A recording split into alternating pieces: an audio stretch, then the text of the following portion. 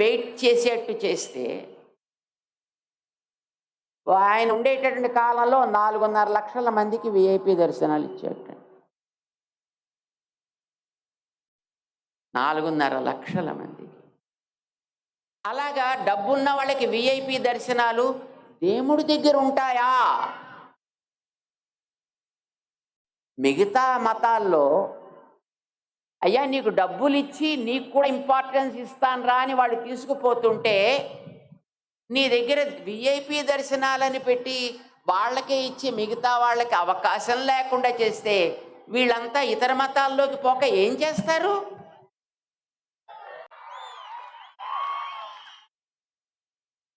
అంటే మీ డిపార్ట్మెంట్లో ఉండేటటువంటి ట్రస్ట్ బోర్డ్ అండ్ ఆఫీసర్స్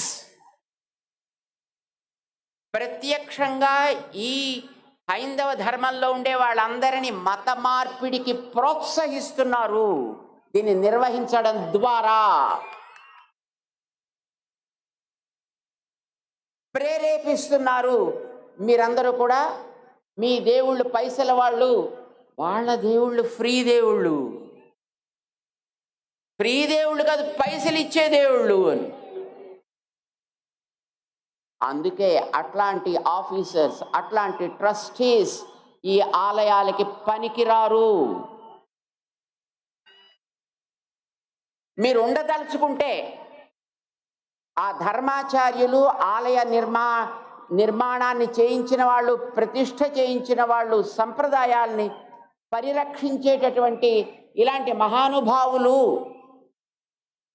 ఏ నిర్ణయం చేస్తారో, దానికి వచ్చే పైస ఎట్లా వాడాలో, ఏ సమయాల్లో చేయాలో, ఎంత చేయాలో, వారు చేసినటువంటి నిర్ణయాలని అమలుపరచగలిగే మనస్సుంటే, అమలుపరచగలిగే శ్రద్ధ ఉంటే మీరు కంటిన్యూ చేయండి. అది లేదు అని అనుకుంటే వెంటనే అక్కడి నుంచి పక్కకి వాళ్ళని తొలగించవలే. అయితే అలాంటి పనులు చేయడానికి మేమంతా మీ ఆస్తుల్ని కాపాడుతున్నాం కదండి. కాపాడటం లేదు. ఎక్కడ 15 లక్షలు, ఎక్కడ 4.5 లక్షల ఎకరాలు. అంటే 10 లక్షల ఎకరాల ల్యాండ్ అంతా పోయిందా నీ గొప్పతనం వల్ల, నీ నిర్వాకం వల్ల.